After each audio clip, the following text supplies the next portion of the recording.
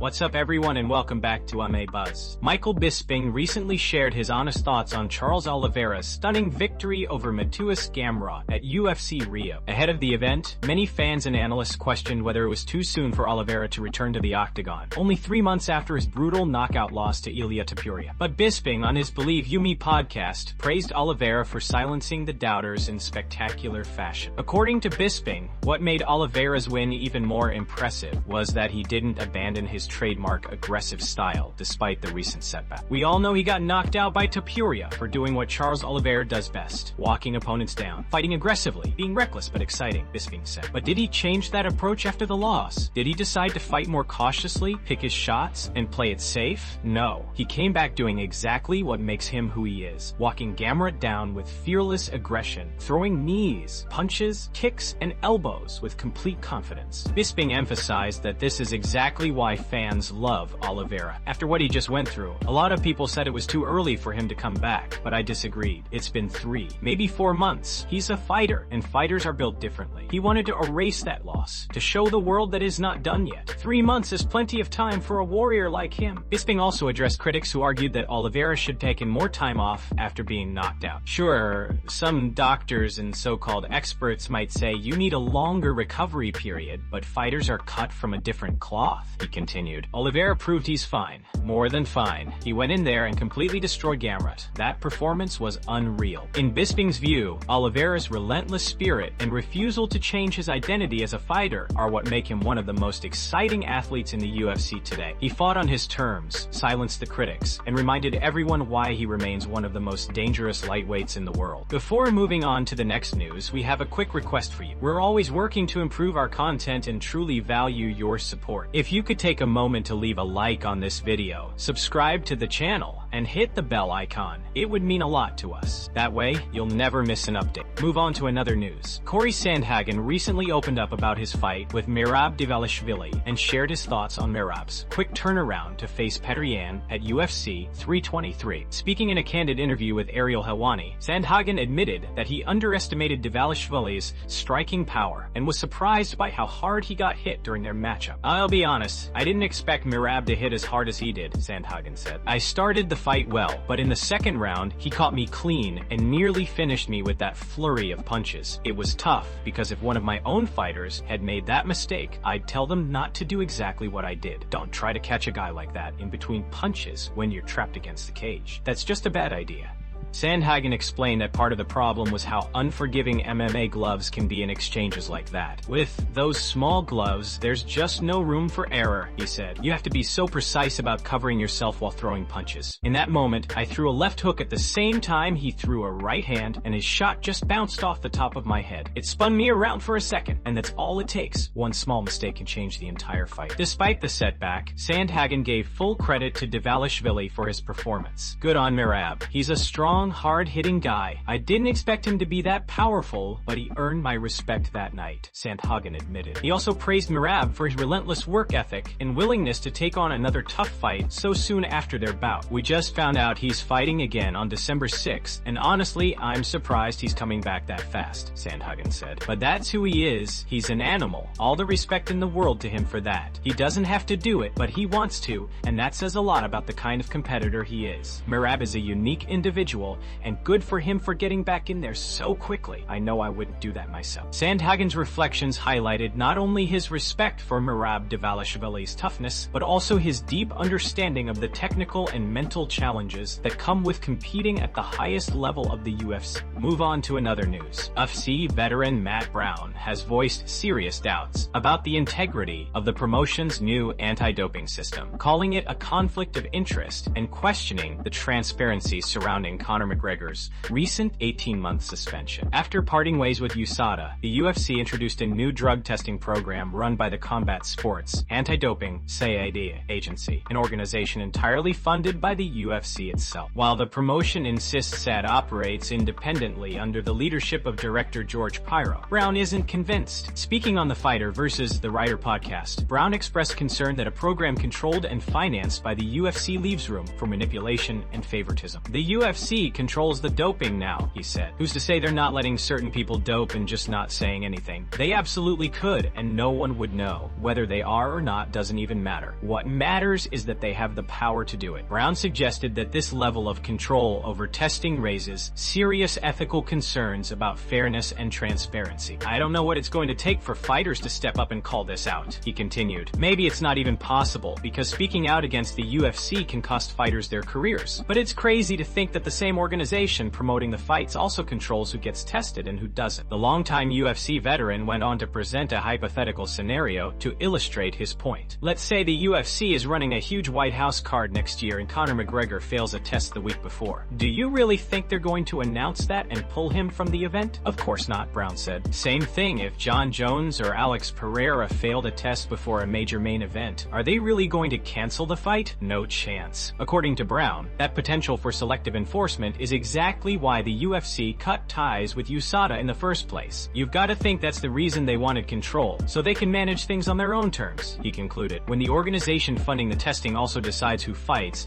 it's impossible to believe the system is truly fair. Move on to another news. UFC CEO Dana White has given an exciting update on Ilia Topuria's future and the potential matchup between Charles Oliveira and Max Holloway. Speaking during Tuesday's Dana White's Contender Series press conference, White confirmed that the promotion has officially begun planning its first major event on its new broadcast home, Paramount. With the UFC preparing to usher in a new era, speculation has been building that undefeated lightweight champion Ilia Topuria could headline the debut card. When asked about the January event, White revealed that matchmaking for the inaugural Paramount card had just started. "We literally began matchmaking today," he said. "We've started working on the first Paramount event, and it's going to be a big one." When pressed on whether Topuria could headline the card, White kept his answer open-ended, but didn't deny the possibility. "It's a possibility," he said with a smile, hinting that the Spanish-Georgian star could play a key role in the UFC's next chapter. Topuria, who remains undefeated and has quickly become one of the promotion's most talked-about champions, is seen by many as the ideal face for the UFC's new broadcast partnership. His explosive fighting style, charisma, and international fan base make him a top candidate to lead the Paramount debut event,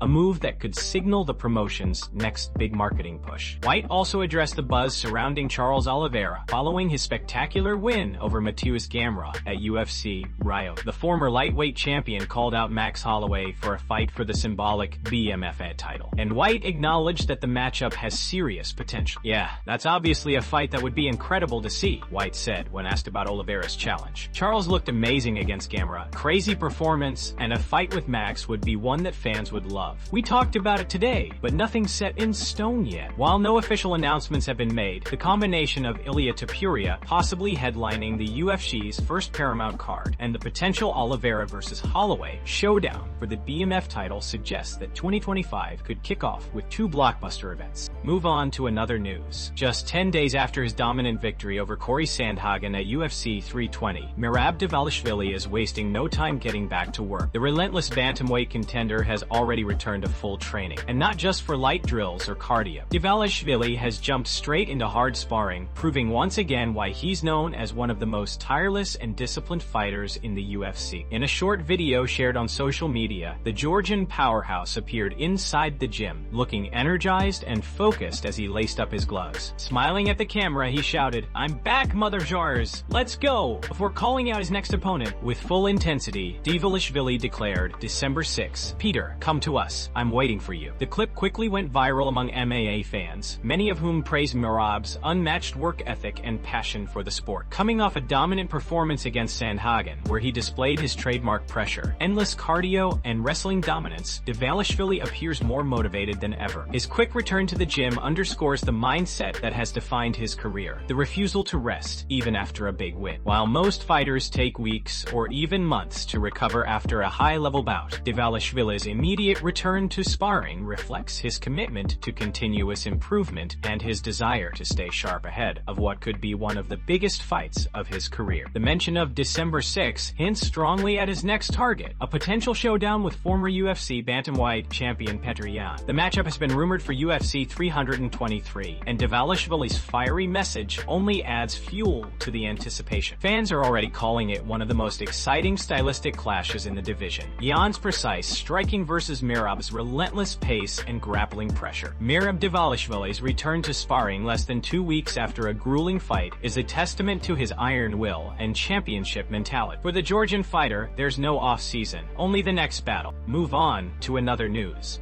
Garry didn't hold back when discussing Leon Edwards in a recent interview with Ariel Helwani, delivering one of his most brutal assessments yet of the former UFC welterweight champion. The outspoken Irish contender made it clear he believes Edwards' best days are behind him, and that his upcoming fight against Carlos Bratz will be the one to prove it. "I think Leon's absolutely done," Garry said confidently. "I've been saying it for a long time. He should retire. Honestly, I'm shocked he even accepted this fight." Garry went on to explain that Edwards has long been calling for a matchup against a pure striker, but now that he finally has one, it could end badly for him. "He's been shouting about wanting to fight a striker for years, and now he's got his opportunity. I think Carlos is going to absolutely punch him around the cage," Garry added. When Helwani asked if he truly believed Edwards was finished as a top contender, Garry didn't hesitate. "Yeah, I do. Not even close. He's staggering at this point. The hunger's gone. The fire's gone. I think it's time for him to hang it up." Despite their shared division and Garry's rising star power, the Irish fighter admitted he wouldn't be bothered if he never got the chance to face Edwards. "No, it doesn't bother me at all," he said. "I have zero interest in helping him make any money off me. I'm the one putting in the work. I'm the more exciting fighter, and I don't want him gaining anything financially or in terms of attention because of me." Garry even took his criticism a step further, saying he'd only agree to fight Edwards under one condition, that it be for no financial reward. "If Leon was willing to fight me for all or nothing, I'd do it in a heartbeat," Garry stated, "because I'd make sure he leaves that cage completely unconscious and walks away with nothing to show for it." Finishing his comments, Garry emphasized that his disdain for Edwards extends beyond the octagon. "I have no desire to see him or his team ever again," he said flatly. With these remarks,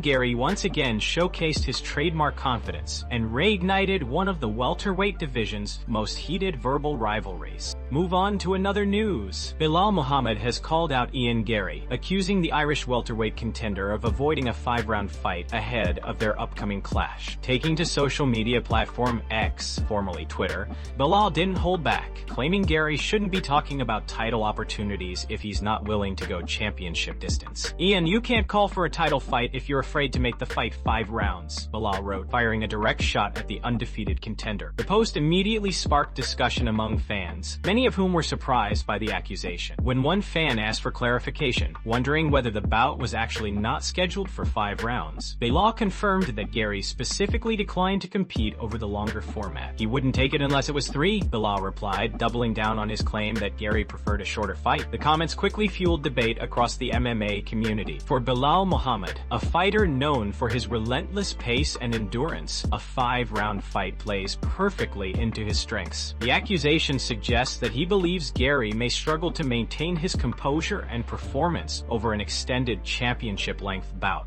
Garry, on the other hand, has built a reputation on speed, precision striking, and calculated aggression, tools that often serve him well in 3-round fights. However, if Belal's claims are true, the Irish star's reluctance to test himself over 5 rounds could raise questions about his readiness for a future title shot. Belal's jab comes at a time when both fighters are positioning themselves near the top of the UFC welterweight division, where championship opportunities are scarce and every performance matters. With tensions already high between the two, this new layer of controversy only adds more intrigue to the matchup. As it stands, Muhammad's accusation has set the stage for a heated build-up. Whether Garry chooses to respond or let his performance do the talking, fans can expect plenty of drama leading up to this pivotal fight, one that could shape the future of the welterweight title picture. Move on to another news. John Anik recently shared his thoughts on why all the pressure lies on Tom Aspinall as he prepares to defend his heavyweight title against Cyril Gane at UFC 321 in Abu Dhabi. According to Anik, this moment could be one of the biggest pressure situations in recent UFC history. He explained that Aspinall's journey over the past 2 years has been anything but typical. In that time, the English heavyweight has fought for a total of just 60 seconds, with his last bout ending quickly due to injury against Curtis Blades. After spending an entire year recovering, Aspinall returned to claim the undisputed heavyweight title, but now faces the enormous challenge of defending it for the first time against one of the most technically gifted strikers in the division. Anik noted that Cyril Gane presents a unique kind of challenge, dangerous in certain areas and perhaps less so in others, but still a fighter capable of turning any contest into a tactical battle. For Aspinall, though, the real weight isn't just his opponent's skill set, it's the expectations that come with being viewed as the UFC's UFC's next big heavyweight star. Anik emphasized that the magnitude of this moment cannot be overstated. If someone like Ilia Topuria or Sean O'Malley is under pressure when defending their belts, imagine the weight on Tom Aspinall, he said. If he loses, it would be one of the biggest upsets since Matt Serra's shocking win over Georges St. Pierre. The stakes for Aspinall are massive. Not only is he representing himself and his country, but he's also carrying the UFC's hopes for a dominant, marketable heavyweight champion who can define a new era. A loss here would be devastating, potentially derailing years of momentum and anticipation surrounding his rise. Anik concluded by acknowledging that Aspinall is likely feeling the pressure, but that comes with being the man at the top. The UFC wants him to be the next big thing in the heavyweight division, he said. But if he can't deliver on that night, it would shake up everything.